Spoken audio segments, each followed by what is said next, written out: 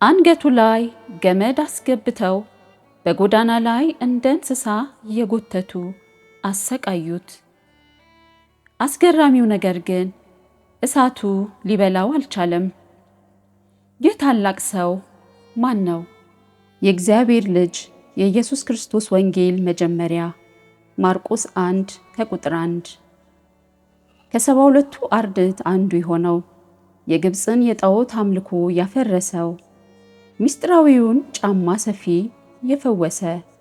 ለምንድን ነው ቤተ ክርስቲያን ይህንን ሐዋርያ በገጸ አንበሳ የምትመስለው?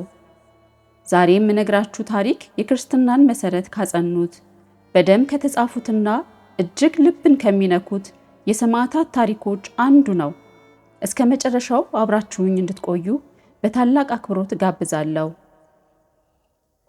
በስመ አብ ወወልድ ወመንፈስ ቅዱስ አሐዱ አምላክ አሜን። የተወደዳችሁ የልዑል እግዚአብሔር ቤተሰቦች እንደምን ቆያችሁ?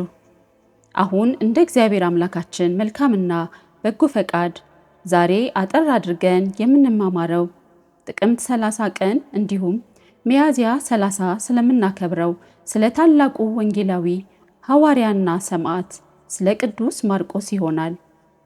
በመካከላችን ሆኖ እግዚአብሔር አምላክ እንዲያስተምረን ቅዱስ ፈቃዱ ይሁን፣ አሜን። ወንጌላዊው ቅዱስ ማርቆስ የተወለደው ጥቅምት 30 ቀን በ5 ዓመተ ምህረት አካባቢ ነው። አባቱ አርስጦብሎስ ሲባል እናቱ ደግሞ ማርያም ትባላለች። እናቱ በሐዋርያት ሥራ መጽሐፍ ላይ በክብር ተጠቅሳለች። ቤቷንም ለሐዋርያት የወንጌል አገልግሎት የሰጠች ታላቅ እናት ነበረች። ወላጆቹ ሕግን ጠብቀው የእግዚአብሔርን ሥርዓት ተከትለው የሚኖሩ ደጋግ ክርስቲያኖች በመሆናቸው እግዚአብሔር ይህንን የተባረከ ልጅ ሰጣቸው። ቅዱስ ማርቆስ 2 መጠሪያ ስሞች አሉት። በዕብራይስጥ ዮሐንስ ሲባል በላቲን ደግሞ ማርቆስ ይባላል።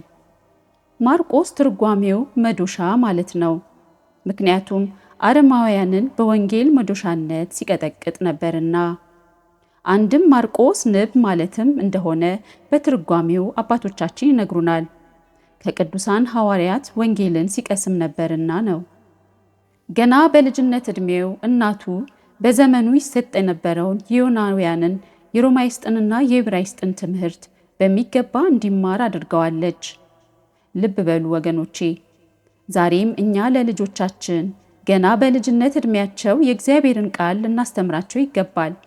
ቅድስት ቤተ ክርስቲያን ለሕፃናት እንደ ወተት የሚጠጣ ቀለል ያለ የቅዱሳንን ታሪክ፣ ከፍ ሲሉ ደግሞ እንደ አጥንት የሚቆረጠም ጥልቅ የሆነውን ምስጢረ ሥላሴን ታስተምራለች። ከማርቆስ እናት ከማርያም ተምረን ልጆቻችንን በቃሉ ማሳደግ ይኖርብናል። ጌታችን በኢየሩሳሌም እየተዘዋወረ ሲያስተምር ቅዱስ ማርቆስ ገና ታዳጊ ወጣት ነበር። ወላጆቹን እየታዘዘና እያገለገለም አድጓል። ጌታችን በምሴተ ጸሎተ ሐሙስ የአይሁድን ፋሲጋ ለማክበር ቤት እንዲያሰናዱለት ቅዱሳን ሐዋርያትን ሲልክ ቤቱን የሚያሳያቸው ልጅ እንደሚያገኙ ነግሯቸዋል። ይህም ልጅ ቅዱስ ማርቆስ ነበር። ወደ ከተማ ሂዱ፣ ማድጋ ውሃ የተሸከመ ሰውም ያገናኛችኋል፣ ተከተሉት፣ የሚገባበትንም የቤቱን ጌታ መምህሩ ከደቀ መዛሙርቴ ጋር ፋሲጋን የምበላበት የእንግዳ ቤት ወዴት ነው ይላል በሉት። ማርቆስ 14:13 ላይ ሊቃውንት አባቶች በትርጓሜ ይህን ልጅ ቅዱስ ማርቆስ እንደሆነ ተርጉመውልናል። ውድ የእግዚአብሔር ልጆች፣ ቅዱስ ማርቆስ ጌታችን በተያዘበት ምሴተ ሐሙስ ተከትሎትም ነበር። እርቃኑን ለመሸፈን በፍታ ያገለደመ አንድ ጎበዝ ወጣት ኢየሱስን ይከተል ነበር። ማርቆስ 14:51 ላይ ይህ ጎበዝ የተባለ ወጣት ቅዱስ ማርቆስ ነው። ቅዱስ ማርቆስ የቀድሞ ስሙ ዮሐንስ ይባል ነበር።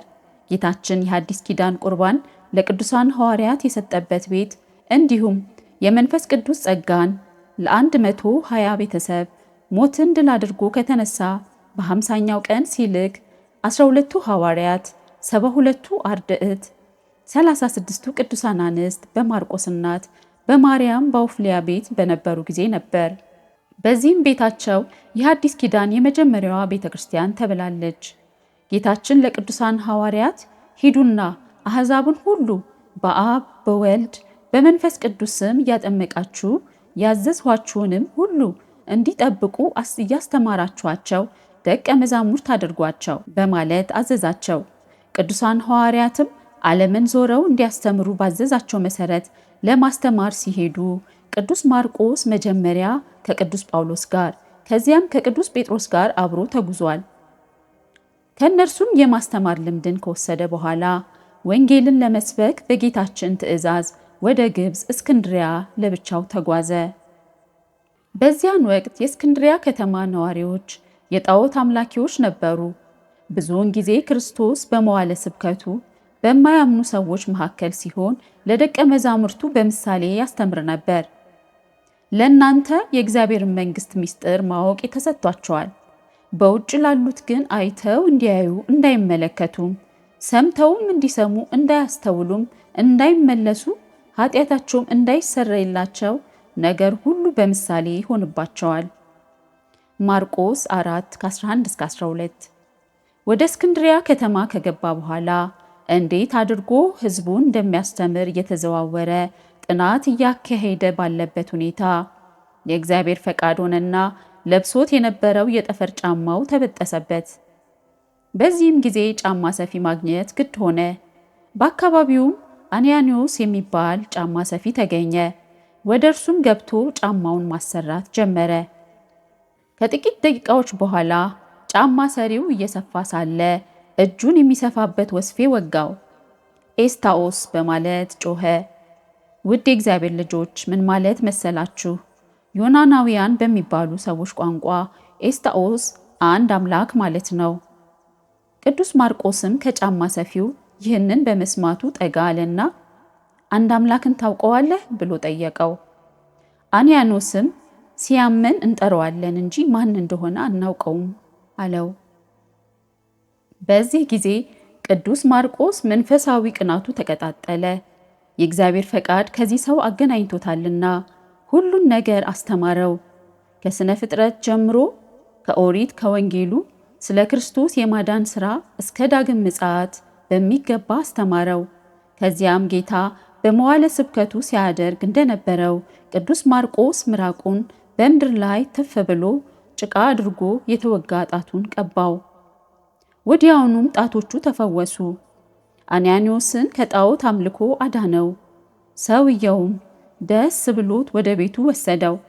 ቤተሰቦቹንም አስተምሮ አጠመቃቸው። በዚያች ሀገር ብዙ ከተሳሳተ መንገድና ከጣዖት አምልኮ በቅዱስ ማርቆስ ሐዋርያነት ወደ ሕይወት ተመለሱ። የዚህ ሰው ቤትም በወንጌሉ ያመኑና የተጠመቁ ክርስቲያኖች ለጸሎት የሚሰበሰቡባት፣ ወንጌል የሚማሩባት በእስክንድሪያ የመጀመሪያዋ ቤተ ክርስቲያን ሆነች። ጫማ ሰፊው አናኒዮስም የእስክንድሪያ የመጀመሪያው ኤጲስቆጶስ ሆነ። ልጆቹም ካህናትና ዲያቆናት ሆነው በመሾም የመጀመሪያዋን ቤተ ክርስቲያን አገለገሉ። ቅዱስ ማርቆስም ከእስክንድሪያ ወጥቶ ወደ ሌላ ሀገር ለማስተማር ተጓዘ።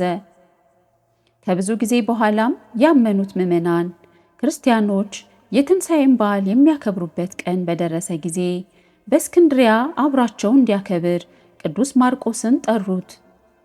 ወገኖቼ ብርሃን ሲበራ ጨለማ ይርዳል አይደለም?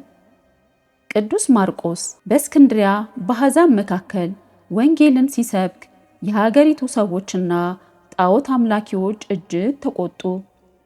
በጌታችን የትንሣኤ በዓል ዕለት ቅዱስ ማርቆስ ቤተ ክርስቲያን እያገለገለ ሳለ ከሃዲያን ዘው ብለው ገቡ። ወዲያውኑ እጅግ ባሰቃቂ ሁኔታ ያለምንም ርኅራኄ ቅዱስ ማርቆስን አንገቱ ላይ ገመድ አስገብተው ከሰረገላ ጋር አስረው በከተማው ሁሉ መሬት ለመሬት ጎተቱት። እያፌዙም እንደ ፍየል ሙክትን ጎትተዋለን አሉ። ስጋው ከአካሉ ላይ እየተጋጋጠ በየጎዳናው እስኪወዳድቅ ድረስ ደሙም እንደ ውሃ ጅረት በየቦታው ፈሰሰ።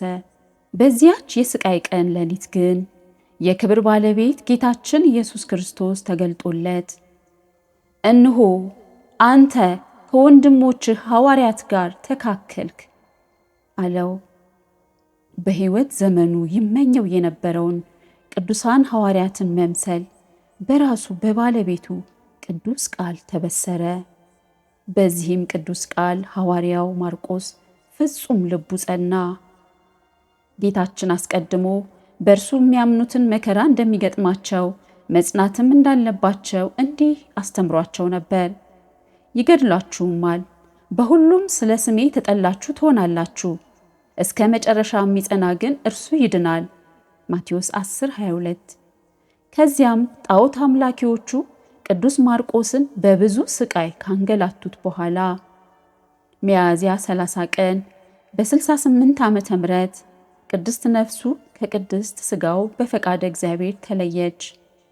ቅዱስ ማርቆስ በሰማዕትነት አረፈ። ይህ አልበቃ ብሏቸው ከሃዲያኑ በደስታ ሰክረው የሐዋርያውን ሥጋ ለማቃጠል ታላቅ እሳት አነደዱ። በውስጡም አካሉን ጨመሩበት። ነገር ግን በጌታችን ፈቃድ ታላቅ ንውጽውጽታ፣ መብረቅና ነጎድጓድ ሆነ። ዝናብ ማዕበሉን አጠፋው፣ መብረቅም ለሥጋው ከለላ ሆነ። እሳቱ የቅዱሱን ሥጋ መንካት አልቻለም።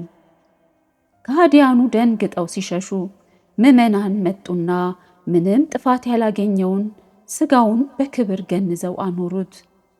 ጌታችን በትምህርቱ ጻድቅን በጻድቅ ስም የሚቀበል የጻድቁን ዋጋ ይወስዳል ባለን መሰረት ምዕመናን በረከቱን እናገኝ ዘንድ ቅድስት ቤተ ክርስቲያንም የቅዱስ ማርቆስን የዕረፍት መታሰቢያ በዓል ሚያዝያ 30 ቀን ታከብረዋለች።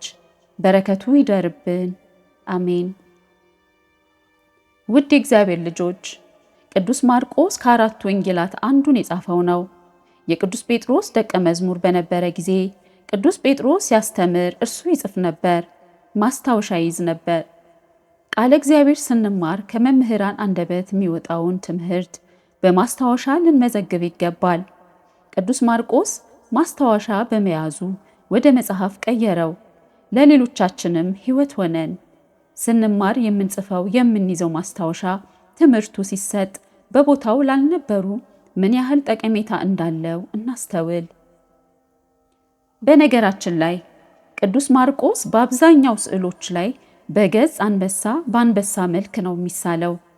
ሊቁ አባ ጊዮርጊስ ዘጋስጫ በሰዓታቱ ላይ እንዲህ ይላል። የጣዖት ማምለኪያዎችን እስከ ማጥፋት ደርሶ ወንጌልን ሲሰብክ የግብፅን አውራጃዎች ያናወጠ ማርቆስ በገጽ አንበሳ ይመሰላል። እንደ አንበሳ ይጮሃልና። አንበሳ ጫካ ሆኖ ሲያገሳ አራዊት እንደሚደነግጡ ሁሉ ማርቆስም በግብፅ በረሃ የወንጌልን ድምፅ ሲያሰማ አጋንንት ይርዱ ነበር።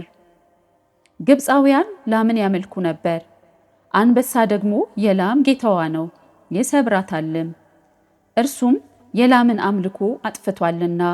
እንዲሁም ቅዱስ ማርቆስ በሌሎች ወንጌላት ላይ አጽንዖት ያልተሰጠባቸውን አጽንዖት እየሰጠ ይጽፍ ነበርና የነገደ ይሁዳ አንበሳ የተባለውን ክርስቶስን ከሌሎች በበለጠ መልኩ በመስበኩ በአንበሳ ተመስሏል።